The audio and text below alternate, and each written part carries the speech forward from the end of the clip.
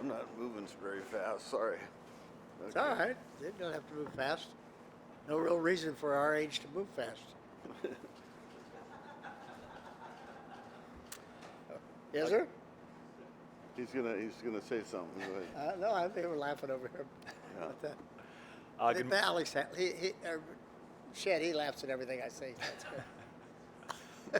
good morning, everyone. My name is Mike Trosel. I'm the director of the World Golf Hall of Fame, and it is my honor to introduce two World Golf Hall of Fame members and two players who won their U.S. Opens at Oakmont Country Club in 1962 and 1973.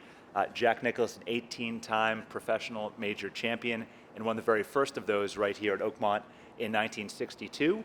And Johnny Miller, the 1973 U.S. Open champion, closed that victory with an 8 under 63, a scoring record in all majors that lasted for more than 40 years. Now, Jack, you came here as a 22-year-old. You had just turned professional just before that in the previous fall. What was the key to your victory that week on a course that was, really one of the toughest courses in the entire world? The key was to beat Arnold Palmer. That was the key. The key to that point is, I didn't know much about Oakmont. I didn't know anything about Oakmont. I came in, 10 days before the tournament and played a couple of times, and then went over and played the first Thunderbird that we had. I finished second over there, and I'd won.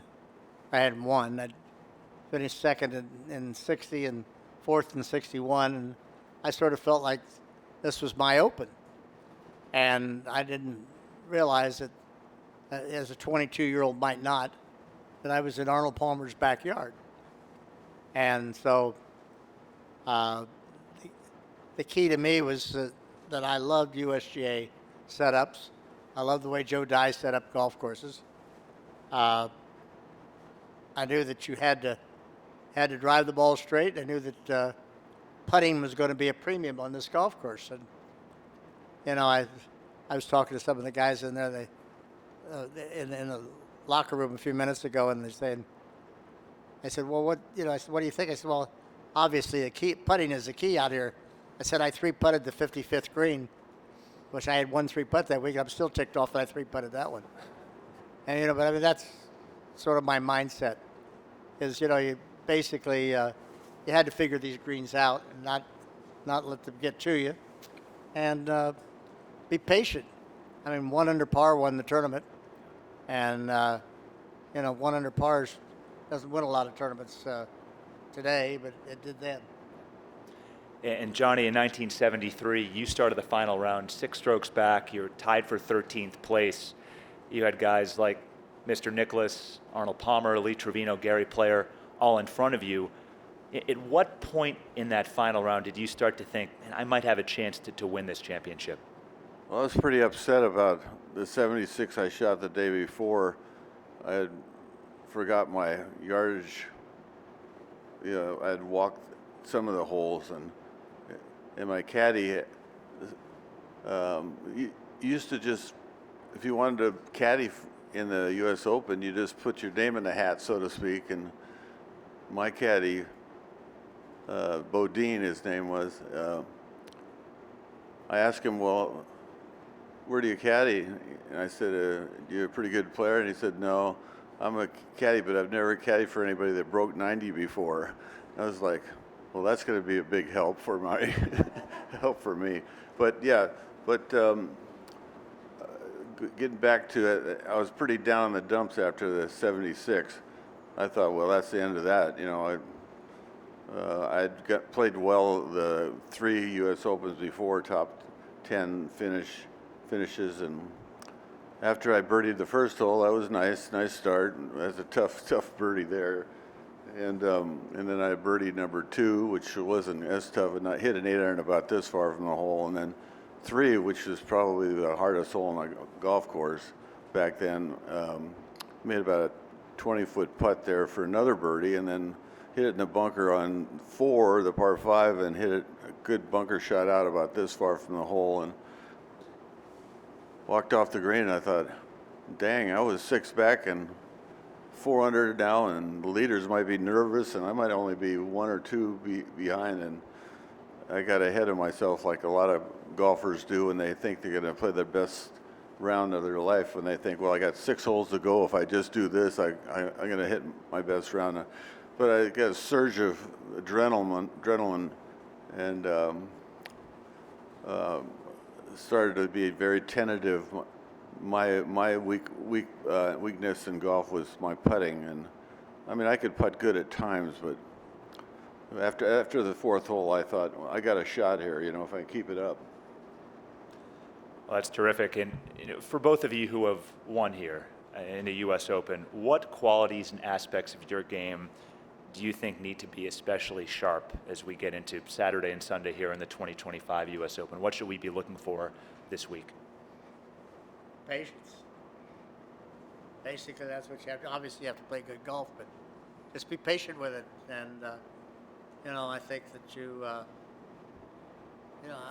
I was a leaderboard watcher, and I always wanted to see who was on the leaderboard, and I adjusted my play a lot to who was on the leaderboard, and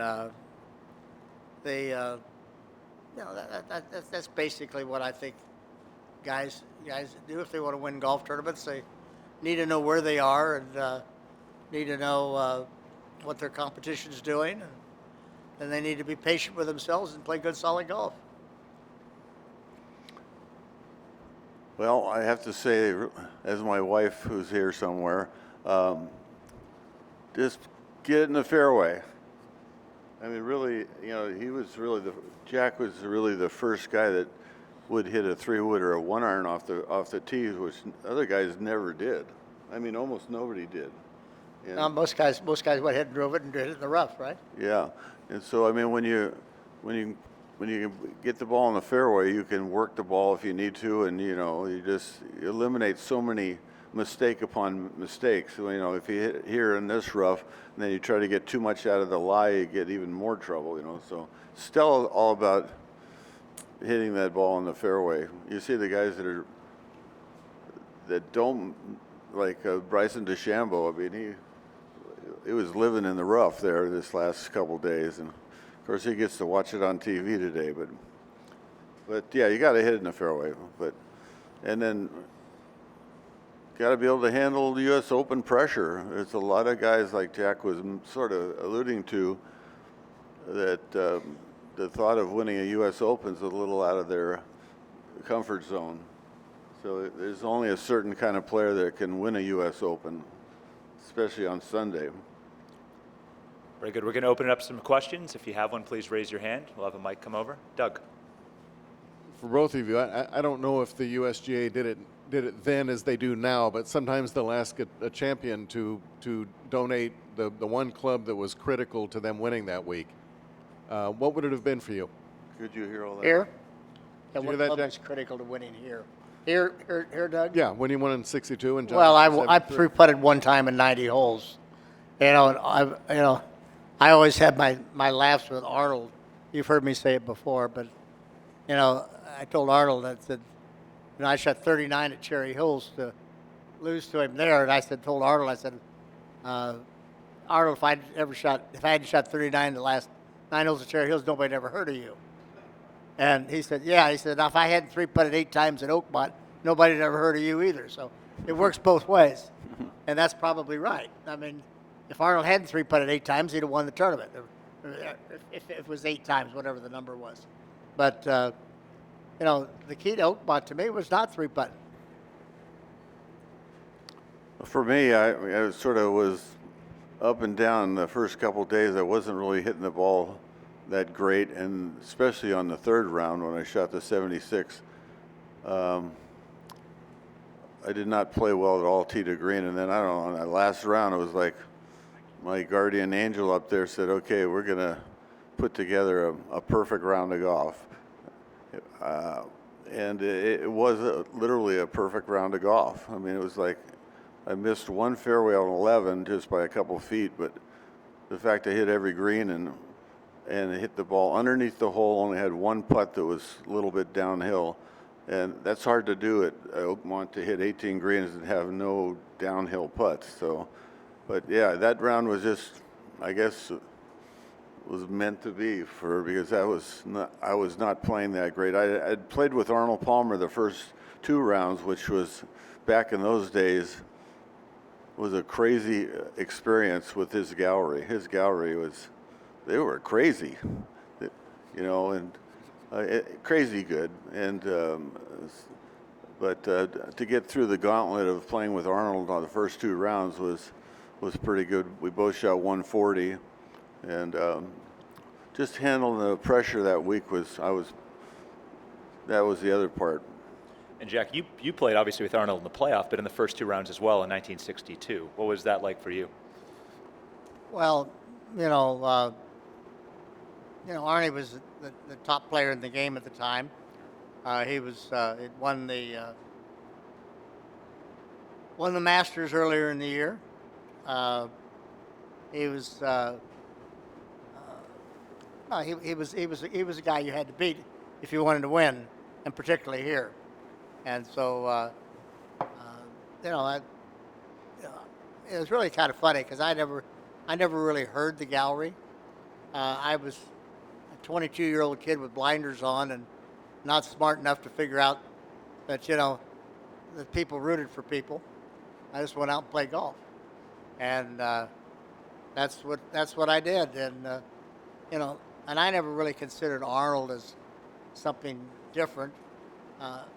Arnold took me under his wing when I turned pro, and he never treated me anything other than as an equal, and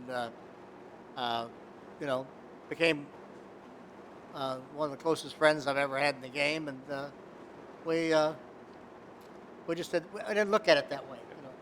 He was another guy that he wanted to beat me, and I wanted to beat him, and I guess that's what happened through the years with the 2 of us. There's a question over here on the right. Luke? Yeah, I just had 2 questions. The first, Jack, a lot of people online and on TV love to make comparisons between your golf swing and Scotty Scheffler's golf swing. Do you see the resemblance there? And if so, what do you like about Scotty's golf swing, and does it remind it of you? Well, I don't think there's a whole lot of resemblance. The swing path is Scotty's is very good, and I felt like my swing path was pretty good. Johnny's swing path was very good, but most good players' swing path is good.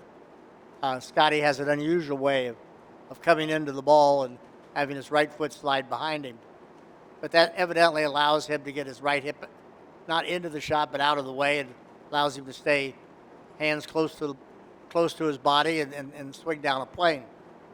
That was one of my keys, is to always get my hands as close to my body as I could. I mean, I remember Byron Nelson, when I went to see him years ago. Jack Grout sent me down to see him, and Byron made one statement. He says, "I don't believe you could ever have your hands too close to your body as you swing." And I felt like that's getting your arms and hands underneath you swing. Johnny was very much the same way. You were well under the ball, and hands were way close to your body. When your hands get away from your body, then you make bad swings. And Scotty didn't do that. Yeah, Scotty's got sort of an old-fashioned swing. When you watch his club, most guys are playing the club is coming in like this and then going that way. He goes like Jack, and even the way I swung with, especially my irons, right up the line and right down the line. Yep. And it keeps the face square longer, so I think that's an advantage. And it also, when you're this way, you can get out of the rough a lot better than the guys that are going inside and going through all the grass behind the ball. So. Yeah, he's got some unusual footwork, but a little bit like Calcavecchia and Greg Norman with the right foot coming into the ball. The right foot pulls this way. They did, didn't they? Yeah, they pull it in, and it sort of hits a high fade. When you make that move with the right foot, pulling it back in the hitting zone, it's a high fade, in which Jack loves that high fade. So. Question over here in the back left, Amon. Hi. Incidentally, I've never heard my swing analyzed that way. He was dead on. That was really good. Thanks. That was really good. Thank you. It's a question. No, it was. I never heard you do that. I think, well done. Thank you, both ways. Okay. It's a question for both of you. I was wondering what you guys thought about. are Right here, sir. Right here. I have a question for both of you. I was wondering what you guys thought about name, image, likeness in the context of the modern collegiate game. What we thought about what? Name, image, and likeness (NIL), and the impact on the modern game of golf. I didn't understand you. Did you understand it? No, I can't hear anything. Well, you can't hear anything, and I can't understand anything. So outside of that, we don't know what you're talking about. Did you hear it? The question is about name, image, and likeness in the game of golf. What about it? Mon, what's the question about What, name, image, what, and what, likeness? what do you guys think about it, and what do you think would be the impact on the modern game of golf? At least, given all the endorsement deals that collegiate players have today. I still have no clue what he's talking about. Name, image, and likeness and impact on the game of golf. Name, image, and likeness impact on the game of golf?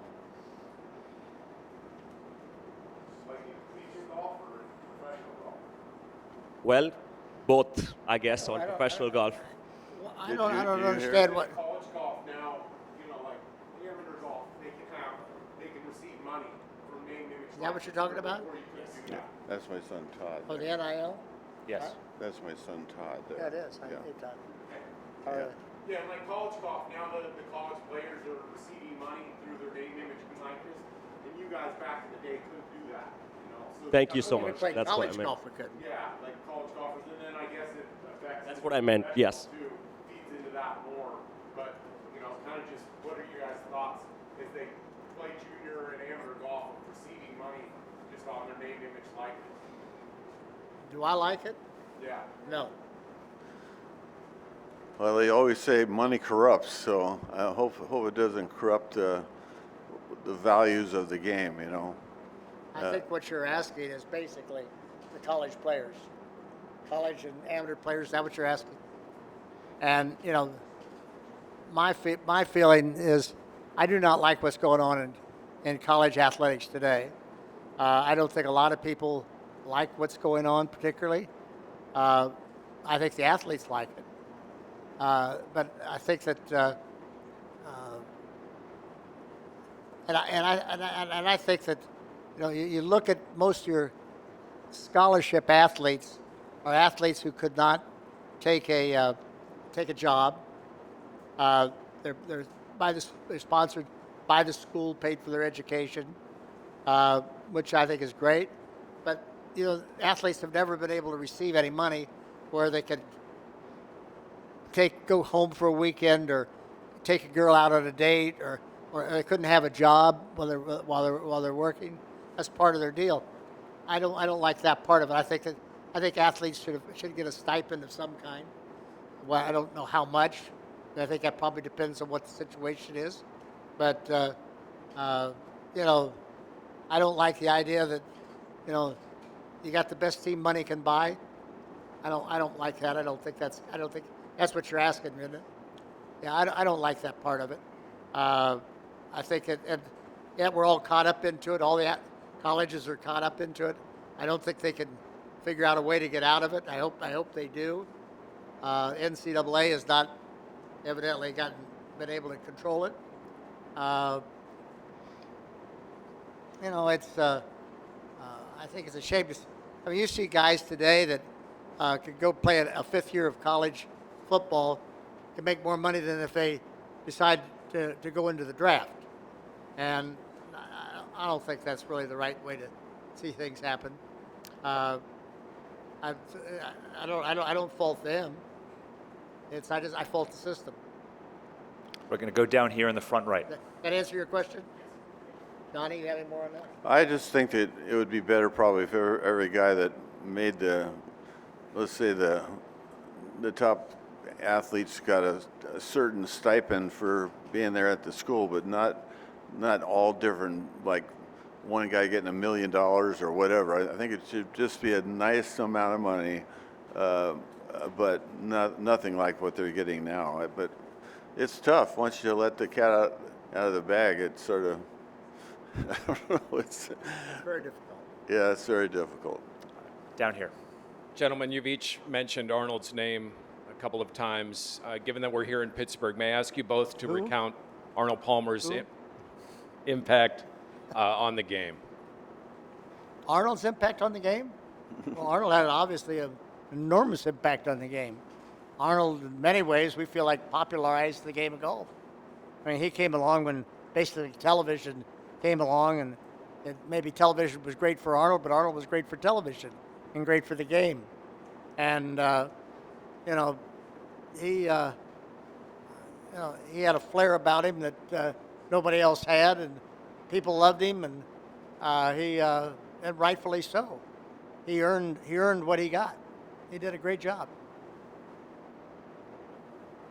I agree with exactly what he said. You know, Arnie had a sort of like a Seve Ballesteros, sort of an aura about him. Not that they did anything like Chichi Rodriguez, who I love, but I mean, it wasn't like he was entertaining. It's just there's something about the way they walk and handle themselves, and you know, Arnie was a man's man. You know, big time man's man. He could have been with John Wayne as two leading guys in a movie. You know. But yeah, it's nice to have a guy like that can help push the game along, like Tiger Woods did. Go to John down here in the front center.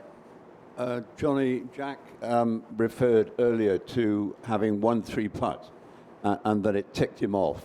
Do you recall? John over here. Yeah. Do you recall how many 3-putts you had? I know on the last round I 3-putted the 8th hole. I hit a 4-wood right on line with the pin and underneath the hole 25 feet, and I left it short and missed a putt about that long. Did a 360, but I didn't have that many 3-putts. I don't try to remember how many 3-putts I had, so I'll let that for some. Couldn't have many. Huh? Couldn't have many. No, I didn't have any other on Sunday anyway. We got Adam over here on the right side. Johnny over here. Johnny, Guys, right over to the right side. Who's it for? right here. Yeah. Hi. Good to see you. Could you guys talk about the quality that you most admire about each other, both personally and professionally? Well, I'll go first this time. You know, he's not a normal guy, this guy. He's just, he just believes in what he can do, and he had the length, and he had the high ball, and nobody could hit a 1-iron like he could. Nobody concentrated more than him. Nobody really, you know, he would be there. Imagine in a major championship, this guy would be there a week early, and for 4 or 5 days, he's the only guy that had been on the property. Who do you think once the bell rang on Thursday, who do you think he believed deserves to win? And that this feeling of deserving to excel and win is a huge part of athletics. If you feel like Scheffler, he believes he works harder on his game than anybody else, and there's something about that when Ben Hogan, nobody hit more balls than Ben, right? And that feeling of deserving is a huge part of being successful. Well, Johnny Miller is obviously really good player. I loved his swing arc. I loved the way he played. I loved the Johnny was a streaky player, and that once he got his putter rolling, get out of the way, because he made a lot of putts, and but Johnny carried that sort of. I suppose when you get that thing going, a little bit of a swashbuckling attitude into broadcasting too. And he played it as it was, and I think he said it as it was when he was on the air. And I think you admire a guy for sometimes he's gonna take a little bit of a hit for sometimes what he said, but for the most part, that's what he thought. And I can't criticize somebody for saying what they thought. And Johnny did a really good job of that. Through the years of his broadcasting, he was probably the most insightful guy out there. Johnny, do you wish you stayed in TV a little longer? Do I wish I kept announcing? I got it. I'm just thinking about it. You know, that was my 50th year in golf. When I got to 29 years with NBC, it seemed like a nice time to leave. And I still had my wits about me and had my own way of doing things. Like when I played in the East Coast especially, they'd go, "Hey, Johnny, we love you. Keep telling it like it is." And what people liked about my announcing was that I just said what I'd say to my best friend in my own house and talking to the TV. You know, it was sort of like, it is what it is. You know, if a guy duck hooks on the last hole and hadn't hooked a ball in a month, you know, you might be choking, you know. And I was the first guy to use that word, which is not a very nice word, but I thought the greatness of golf was the choke factor. I just still think that that's the greatness of golf, is to be able to handle pressure. If you can handle pressure, like Jack liked to hang around, you know, the first 3 days and then just feel like on the last days he got a huge advantage. You know, he believed in himself and not only believe in himself, he could produce on that last round and handle the putt or the shot. And I was more of a guy that didn't like it to be close. He liked it to be close. I wanted to win it by. I won the Phoenix Open by 14 shots. You know, I like to just, if that ball's going in the hole, I'm going to fill it up until the round's over if I can. So there's none of this fancy stuff about, you know, hitting away from the target. I wanted to have the thrill of going for knocking the pins out of the green. You know, that was my fun. You know, I like to drive fast and hit hard with the driver and that kind of stuff. So I don't know. Everybody does it differently, but that's just the way I thought. Very good. Question over here, Alex on the left. Yeah, for both of you, since you were talking, Johnny, You about got to talk really loud. Is that loud? Too loud? No, I want it louder. Okay. All right, fair enough. There you go. Everybody hear that? Thank you. You were talking about doing things differently. The purse this week is $21.5 million, and the winner gets $4.3 million, and even if you miss the cut, you got $10,000. Can you talk about how different your lives would be if you were playing for those numbers? Actually, I don't think it made any difference, Alex. We played at a time when it was what it was. I think I won $13,000 when I won here in '62. I don't know what your prize was, Johnny. Probably 25,000. Yes, when you won, it would either the lesser tournaments were like 20,000, and good tournaments was 25 for first place, and the bigger ones were 30,000 in our era. That's what it was, Alex. And, you know, would I have loved to have had what's going on here when we played? Yeah, obviously all of us would. But I'm also was really pleased that I know Johnny and myself are both sort of trailblazed the way for what's happening today. And had we, you know, I think you look back at Hogan and Snead and those guys trailblazed it for us. And I mean, I know how far off I am, but like Hogan's lifetime earnings were $400 and some thousand. And you know, the guys today, I mean, you say they're winning 10 times that to win the tournament here. Yeah, Scotty Scheffler, what do you win? Oh yeah, I mean, it's It unbelievable. was like $80 million or something last year, some crazy amount. But I mean, you know, Alex, would it have changed our life? I would hope not. I would hope that we probably would try to live our life very similar. I've enjoyed what I've done. I love playing the game of golf. I've loved my design work. I love being involved with being able to take and utilize what I have to be able to, in charity, and help others. They're all things that I don't think would have made any difference whether we were playing for what we played or for what they played for today. If we'd had the ability to do that, I think tried to do the same thing.